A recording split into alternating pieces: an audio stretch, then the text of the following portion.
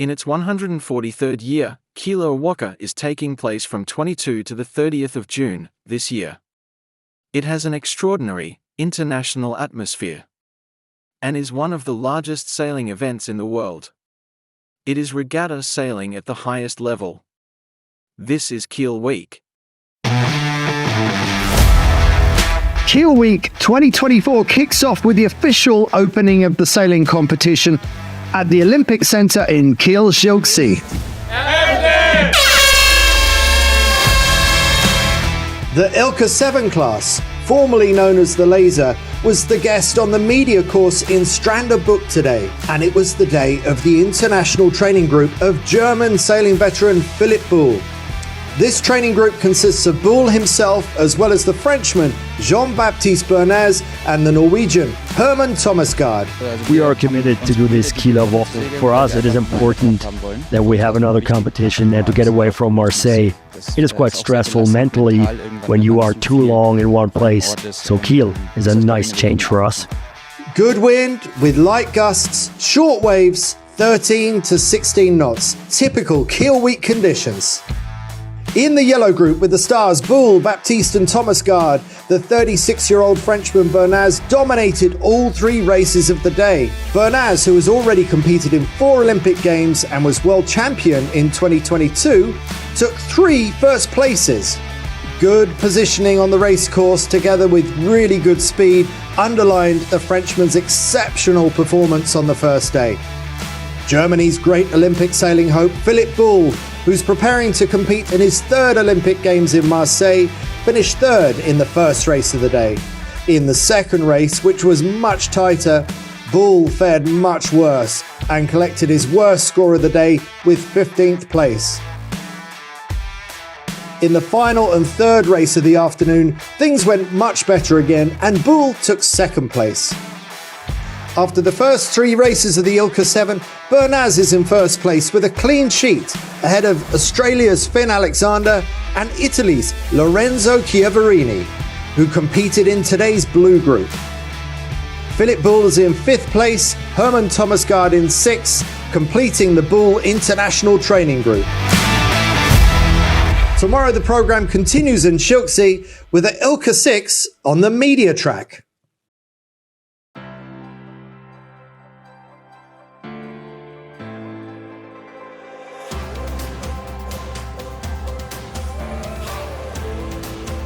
This is your weekly global sailing highlights show, The World on Water, June 28, 2024.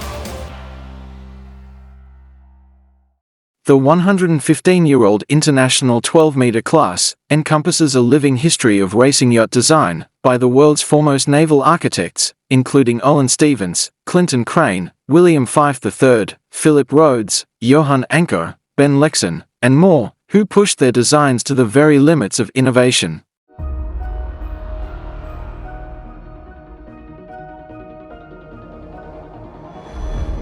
It was a good start to the first day of racing at the 12-meter World Championship in Porquerolles. At 10:05 a.m. the race committee gave the first start to the only race of the day. The conditions were sporty and tough, with an easterly wind of around 15 knots easing off at the start before strengthening to 40 knots just after the end of the constructed course. Today's winners are Group 1 Kookaburra 2 and Group 2 Janetta. An autumnal atmosphere in Porquerolles today, with misty skies in shades of grey, white, heavy seas, and a strengthening easterly wind at the end of the morning, with a peak of 53 knots recorded by the last competitor to reach port at the end of the first race. Amazing conditions in Porquerolles at this time of year. At 10:05 this morning, the race committee launched the first race of the 12-meter JA World Championship, putting on a magnificent show in Kiel Harbour. Let's get started. A smokes on the water in front of Porquerolles. The 224 sailors present were finally able to get to grips with the 6.7-mile course, which the front-runners covered in less than an hour. At the end of the morning, squalls dotted the skies over Porquerolles, forcing a well-deserved return to shore after this invigorating start. Back in port, the pontoons were abuzz with activity, with all the crews showing great solidarity to help each other and tie up to the pontoon. In Group 1, Kookaburra 2, KA12, won the day's race ahead of French Kiss, F7, and Crusader, K24. In Group 2, Genetta, K1, won this first race ahead of Northern Light, US14, and Nini Anchor, N15. Santiago Langa Kookaburra 2, KA12, it's a great race Vas. Torben got off to a great start, and the boat is going really fast. The World Championship is off to a great start. Mark Paget, French Kiss, K7, we finished second, we are happy, it's good. The conditions were amazing, the weather forecast had predicted these possibilities. But we had a very strong squall after the race. We sailed well, held on well and passed the first mark in 4th position, then we made up the ground as we needed to. There's a lot of confidence in the crew, and that's the most important thing. Thomas Müller, Genetta, K1, we had a very good race, we were well positioned in relation to our rivals. The competition promises to be very close between all the boats. Winning the first race is always good for the morale of the crew.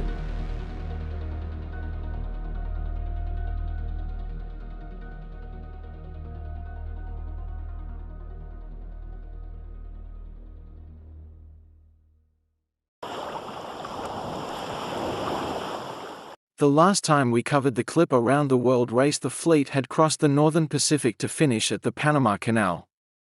The Panama Canal, a bucket list tick for many sailors, is one of the most famous waterways in the world. For the Clipper race crew sailing on leg 7 of the circumnavigation, transiting the Panama Canal is a highlight of the adventure, as the fleet crosses from the Pacific to the Atlantic Ocean and returns to its home waters. Good morning, Mom. I'm just departing from Flamenco Island Marina and looking for instructions to collect my pilot for the canal transit, please. For sure, Captain. You can wait close to buoy number 6. Buoy number 6, pilot at 0400. Over. That's all received. Buoy number 6, pilot at 0400. Many thanks indeed. We're here on PSP Logistics, and it's about 4 o'clock in the morning. We are going through the Panama Canal today. It's early morning now. We're waiting for the sun to come up and for our pilot to join us.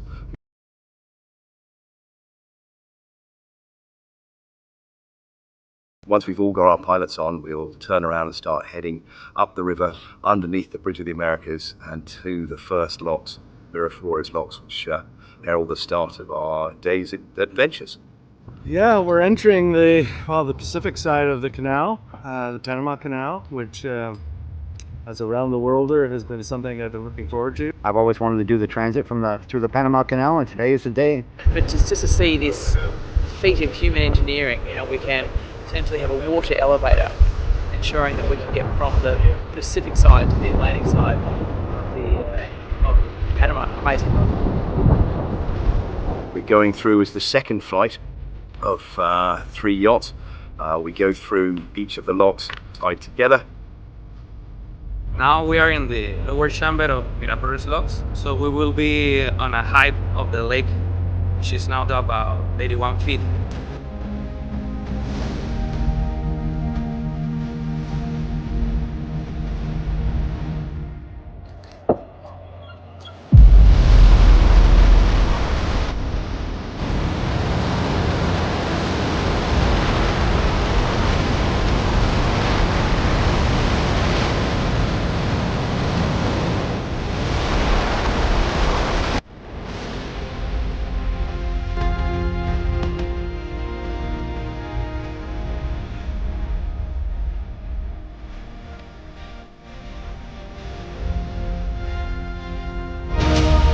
So we're through the final lock, so we're now way up high. We're I think 27 meters above sea level. So we got about 3-hour motor or so to the other side, and then we go down those 3 locks, and then we're Atlantic side in the Caribbean.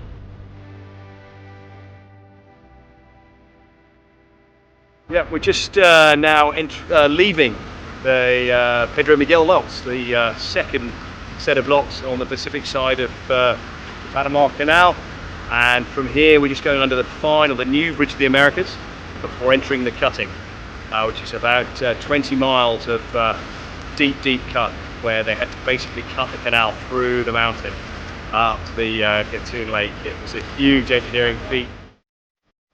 This is the narrow part of the channel.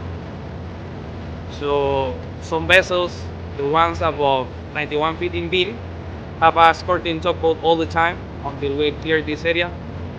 Wide, so if they lost engine or steering or have a blackout, they have the needed assistance of a tugboat and the canal will not be closed.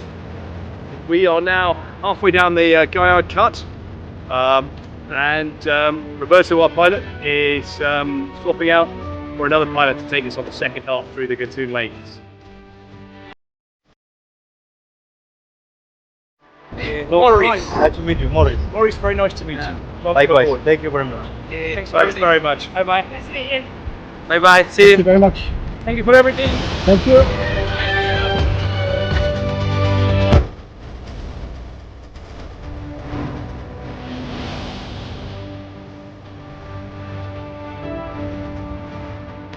Now right in the middle of the Panama Canal, and just going past behind us, it's one of the great Panamax container ships.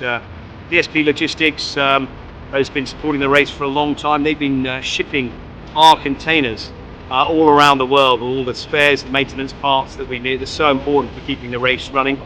And I'm sure that on one of the containers that container ships we've been past today, it may well be that our actual container, which is moving from Seattle to Washington, may well be aboard.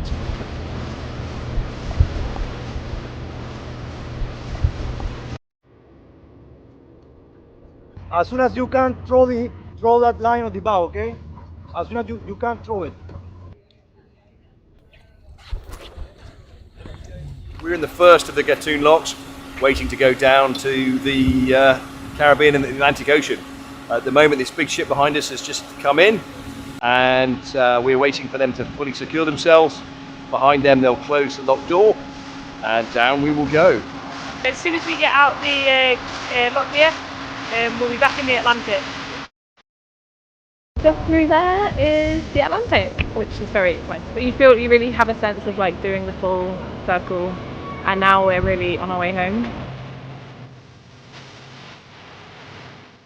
This is the final lock in the Panama Canal, opening into the Atlantic side on the east coast officially. Really exciting to kind of be through it and on the home stretch here, going into home port. And that's it. We're now leaving the lowest chamber of the Gatun locks, and we are motoring out into the Atlantic Ocean. Here we go. Another huge milestone passed.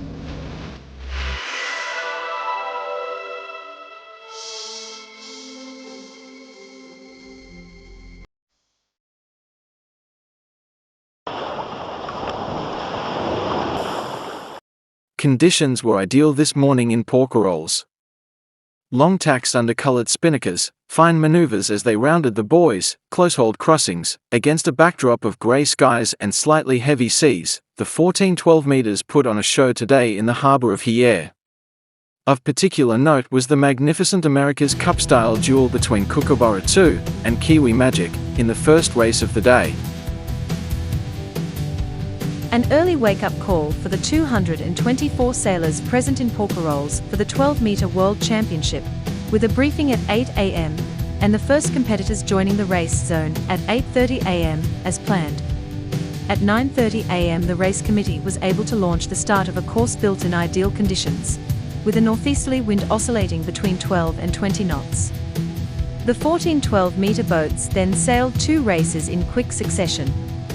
As the wind ran out of steam during the third race, it was cancelled for Group 2 and restarted as soon as the wind picked up again at 14:34 by the race committee. In the overall rankings after 4 races, the leaders are Group 1, Kookaburra, 2, KA12, and Group 2, Janetta, K1. A third day that began in the rain and ended in the sun. Conditions were ideal this morning in Porquerolles. Long tacks under coloured spinnakers, fine manoeuvres as they rounded the buoys, close-hauled crossings, against a backdrop of grey skies and slightly heavy seas. the 1412 meters, put on a show today in the harbor of Hyannis. Of particular note was the magnificent America's Cup-style duel between Kookaburra 2 at KA12 and Kiwi Magic KZ in the first race of the day. As planned, the race committee was able to launch the start of 3 constructed courses for Group 1 and Group 2. With 4 races completed in 2 days, the 12-meter World Championship organized by the Porquerolles Yacht Club has been validated. Group 1, a clear round for Kookaburra 2, KA12, which has won every race since the start of the World Championship. The Italian team takes first place in the overall standings ahead of Kiwi Magic and French Kiss. Matteo Plazzi Kookaburra 2, KA12, it was a great day's sailing with a good breeze of between 12 and 20 knots. There was some good competition with Kiwi Magic in the first race. So far, so good, we are having a very good World Championship. Marc Bonduel France F1 Our aim is to get off to a good start, and in the third race, we got off to a good start. We found the right setting between the mainsail and our Genoa, and we were able to take out French Kiss and Kiwi Magic. It was exceptional. We are still not perfecting our spinnaker maneuvers, but it's only the second day of racing and we are making progress every day. We know we can't fight because we've got old sails, we've got a propeller. So when we are in front and we manage to play around, and after 2 laps we are still there with them, we've arrived behind Kookaburra 3 lengths behind, which is fantastic. Group 2, hard-fought battle in the vintage class, where the finishes were very close between the top 4 finishers. At the end of the 4 races and by winning the last race of the day, Janetta, K1, takes the overall lead ahead of Northern Light, US 14, who won the first 2 races of the day, and Nini Anker, N15. Martin Bach Nini Anker, N15, it was a very tiring day, the conditions were really difficult. It was hard to make the right sail choices. We had to make a lot of sail changes during the races. It was a challenge, but a challenge for everyone. With our competitors, we know each other well because most of them sail in the Baltic Sea like us.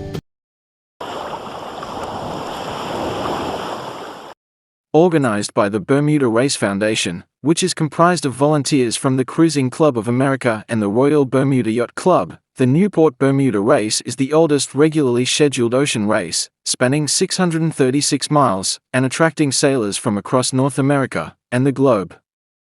The race, founded in 1906, is a testament to true seamanship and the love for offshore sailing.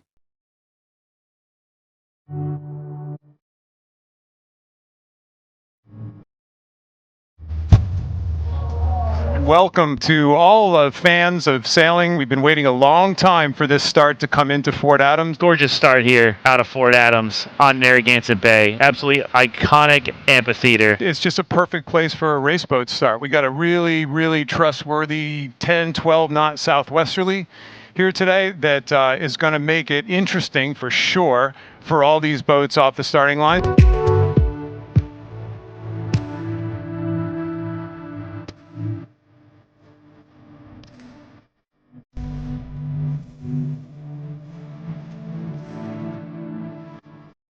I got a chance to be out on the water on a boat for a second watching the first 2 starts, which was beautiful. This squally, thundery area hadn't come over yet. We had a beautiful, beautiful start of the day. This tide that's flushing in, I would imagine that a lot of these boats are going to try to get closer to line since they're being pushed off.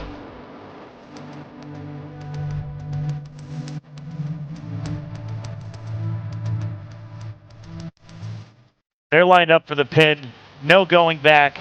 A lot of boats on port, opting for the safe start. Those people who want to follow this race, you go on the website and there's a tracker. You can follow your friends, you can follow your family, you can just stay up with the race.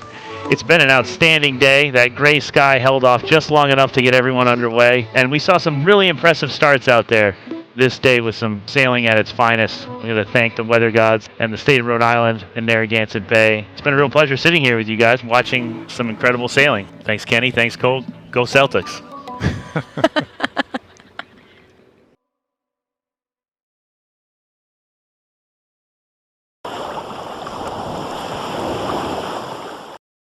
Porquerolles is an island located a stone's throw from the Jeans Peninsula, to the south of the Var department.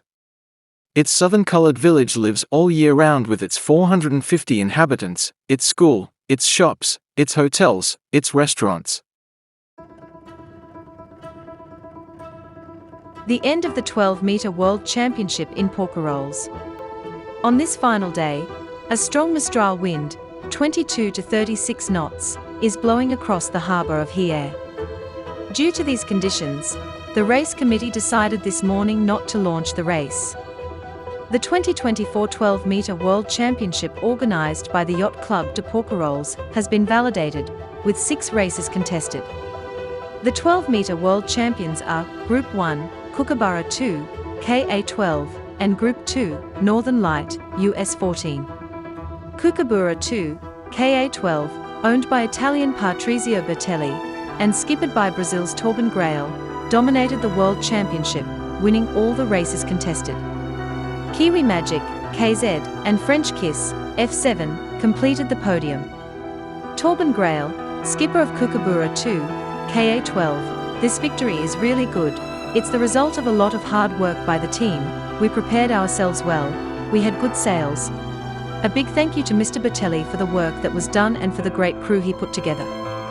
It was great to sail with my friend Santiago Langer, for the first time, my good friend Marcelo Ferreira, who has been my crew member for 25 years, and my son too. It was a great experience for me. The island of Porquerolles is magnificent, it's a great place to sail, and we've had a week with lots of wind, perfect conditions for the 12-meter World Championship. On the vintage side, the battle was intense, and it was Hans Eliasson's Northern Light, US 14, that took the 2024 12-meter World Championship title. Janetta, K, and Nini Anker, NB 15, came second and third respectively. Hans Eliasson, owner of Northern Light, US 14, we are very proud to be world champions, it's great. When we bought the boat 5 years ago, our aim was to win the 2024 World Championship, and that's been achieved here in Porquerolles, so we are really pleased. A great success for the Yacht Club de Porquerolles. With 4 races organised in less than 2 months, the Porquerolles Race, the Porquerolles Cup, the Porquerolles Classic and the 12-meter World Championship, the Yacht Club de Porquerolles has once again demonstrated its expertise and dynamism in organising international events. Created in 1986, the Yacht Club de Porquerolles enjoys a magnificent stretch of water where everyone loves to come and race. Both at sea and on land, smiles, friendliness, and good spirit are in the DNA of the Yacht Club de Porquerolles. Aurélie Luelia, director of the Yacht Club de Porquerolles, the Yacht Club de Porquerolles is very proud to have hosted the 12-meter World Championship. The field was exceptional, with the presence of some legendary sailors. The races were intense, with difficult weather conditions for everyone. A great season of events is coming to an end. I'd like to thank all the Yacht Club teams who worked so hard on all the events for the 2024 season. We are very lucky to have such an outstanding team of volunteers at the club. Nothing would be possible without them. I'd also like to take this opportunity to thank our partner SFA, who has shown their confidence in us and supported this event right from the start. The next event for the 12-meter boats in the 55th Coupe de France, organised by the Yacht Club de France, will be in Barcelona from 4 to the 7th of September.